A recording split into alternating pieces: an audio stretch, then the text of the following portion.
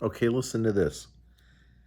David says in Psalm 130, I wait for the Lord, my soul waits, and in his word I do hope. We're talking about the man that waited for years and years as a fugitive on the run, being hunted by a king that was insane because of his rebellion against God, because of the king's rebellion, not David's. And David refusing on multiple occasions to act when he could have taken that guy's life and probably easily justified it. Instead, trusted God to do the work and to get him to the place where he was called to be, which was to be king, anointed as a young man by the prophet Samuel. And after all of this, he writes, or perhaps in the midst, right?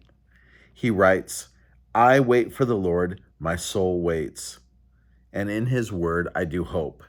I'm going to give some advice here, and it's simple advice, but it's this. If you are waiting for something from the Lord, then you need to use wisdom and be in the word. Now there's a part B to this. If you're not waiting for something from the Lord, you should still be in the word. Okay? But this is the key. This is how he got through it. It says he got through it because he put his hope in God's word. I can tell you that I have heard a lot of people going through this phase, and I think it's because the enemy is attacking this, has always, but especially now, going against believers that are struggling to trust in God's word. The enemy is going after them and really hammering them, okay? You might have noticed this happening to you. Well, we need to do this. We need to put our hope in God's word. Listen, there is something about hope, isn't there? There's something about it. I have seen more and more people right now that basically have abandoned their hope. They've let go of hope in their life, and they've just embraced despair. And listen, guys, okay, if you're in that place, you need to understand some of that is your perspective, okay? Sure, you could probably say, yeah, but Dale, you don't understand what's happened to me. That's true, okay? I'm not just lobbing insults at you, okay? And I'm not making light of the situation, but what I'm saying is that you need to go to God's word and you need to find the hope that you can hold on to there, because it's there. It is, okay? Now, notice this, the next verse. I don't know if I said this yet, but Psalm 130, verse 6 is the next verse. He says, my soul waits for the Lord more than those who watch for the morning, more than those who watch for the morning. The idea here is these are people that are looking for the safety and the security that sunlight brings. They're watching for the morning because they are waiting for the time when they can see the ambush coming. They know what's going on. They can see off into the distance, and there's a lot of safety there. There's a lot of security there. They can basically be at peace or relax some because nobody's sneaking up like at night, okay? I'm sure everybody everybody watching this has had one of those situations where you were in a place late at night, there was some noise, and you suddenly were in like that mode, right? Like, uh-oh, what's going on here? Who's here? You're all creeped out. And next thing you know, you're hypersensitive to all noises. You're wondering what's going on. He's basically saying this is the thing. That's how they would operate. The night watchman would be just, this is an ancient city, so they didn't have tons of light around. I now live in California. It never actually gets dark here, right? There's so much light here, it never gets dark.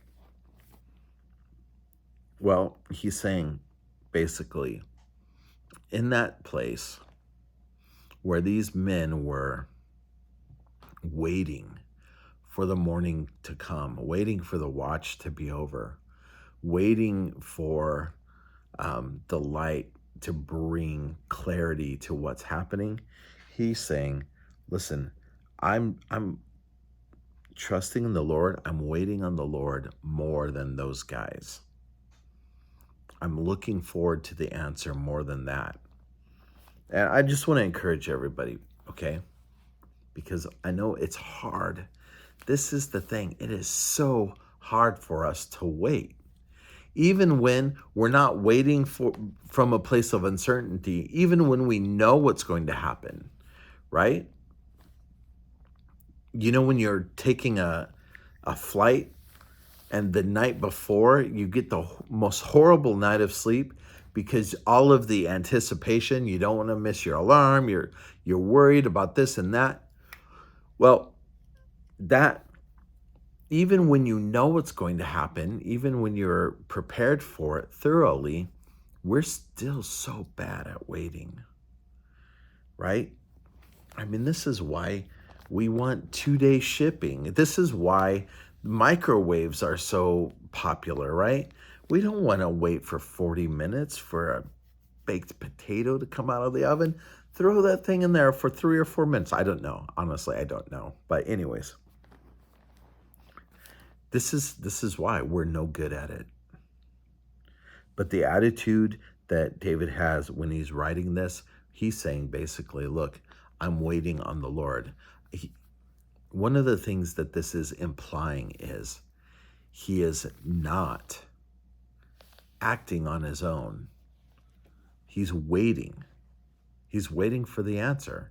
He's not just going to do whatever and see what happens. He's waiting. And listen, if you are hearing this and you're saying, man, I'm no good at that, join the club. I'm no good at it either. I would rather just try something. I'd rather just be busy, But listen, this is what David's saying. He's waiting on the Lord. It's funny, the Lord seems like he always forces us into a place where we're looking for an answer, and then he intentionally waits to give us the answer. He has this way of doing these things. So I'm going to encourage you guys today, find comfort even in when you're waiting for the Lord. Find comfort in that. Understand that it's a noble thing to wait on the Lord. It is something that's really good. And, it may be difficult, but listen, it's a good discipline to have to wait. Sometimes I think I know exactly what to do, and I have to just stop and say, okay, yeah, that could be the right thing to do. I still need to pray. I still need to seek an answer. So anyways, there is a lot of things that get cleared up by the Lord in our times of waiting. There's a lot of things that get made right or get in proper alignment or proper perspective while we're waiting too. So don't lose heart. If you're in that cycle in your life when you're waiting, if you're in that place where you're just, trying to figure out what you need to do, look, I've been at all of these places in my life. Just have this attitude, rejoice in it, and let the Lord direct you according to it, in his timing and according to his will. So may the Lord richly bless you. Thank you so much for watching this. Leave me a comment if that blessed you, if it helped you somehow, and I'll see you again tomorrow. God bless.